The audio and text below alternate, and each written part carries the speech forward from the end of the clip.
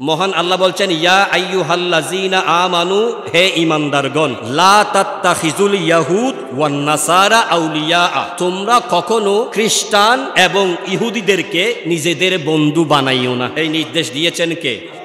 মহান আল্লাহ বলছেন, হে ঈমানদারগণ, হে আল্লাহর বান্দা, রসুলের উম্মত, নামাজি, দিনদার, মুত্তাকি, ফরহেজগার, তাদেরকে উদ্দেশ্য করে আল্লাহ বলছেন, লা তাত্তাখিজুল ইয়াহুদ ওয়ান নাসারা, তোমরা খ্রিস্টানদেরকে, তোমরা ইহুদিদেরকে কখনো মুসলমানদের বন্ধু বানাইও না। এরপর আল্লাহ বলছেন, বা'দুহুম আউলিয়াউ বা'দিন, তবে খ্রিস্টান এবং ইহুদি তারা একে অপরের বন্ধু, কিন্তু কখনো মুসলমানের বন্ধু তারা হবে না। এই ঘোষণা দিয়েছেন কে?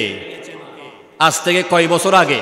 ১৫০০ বছর আগে। ইহুদিরা কখনো মুসলমানের বন্ধু হতে পারে না, খ্রিস্টানরা কখনো মুসলমানের বন্ধু হতে পারে না। এই নির্ধারিত বয়ান করেছেন মহান আল্লাহ তাআলা। আল্লাহর জমিনের মধ্যে ইহুদিদের নিজস্ব জমি বলতে, ভূমি বলতে কিছু নাই। তারা হচ্ছে পৃথিবীতে যাযাবর জাতি, কতক্ষণ এই দেশে কতক্ষণ ওই দেশে নির্যাতিত জাতি, নির্লজ্জ জাতি, যাদের নিজস্ব কোনো ভূমি নাই, নিজস্ব কোনো বাড়ি নাই। এটা শাস্তি মহান আল্লাহ তাআলা ইহুদিদেরকে দিয়েছে নবী মূসা আলাইহিস সালাতু ওয়াস সালামের আমল থেকে। কুরআনে কারীমে এসেছে যে মহান আল্লাহ তাআলার হাবিব মূসা আলাইহিস সালাতু ওয়াস সালাম, তিনি যখন ইহুদিদেরকে বলল, ইহুদিরা তখন ওনার উম্মত ছিল, অর্থাৎ তাদেরকে মুসলমান বানানোর জন্য, হেদায়েত প্রাপ্ত করার জন্য আল্লাহ ওনাকে পাঠিয়েছেন। 40 বছর ওনাদের পিছনে মূসা নবী পরিশ্রম করেছেন, দ্বীনের দাওয়াত দিয়েছেন। 40 বছরে মাত্র 40 জন ইহুদি মুসলমান হয়েছে। মানে ঘাড় তেরা, কোনো বাতেই তারা মুসলমান হতে চায় না, আল্লাহর অনুসারী, নবী মূসার অনুসারী তারা হতে চায় না। এক জায়গায়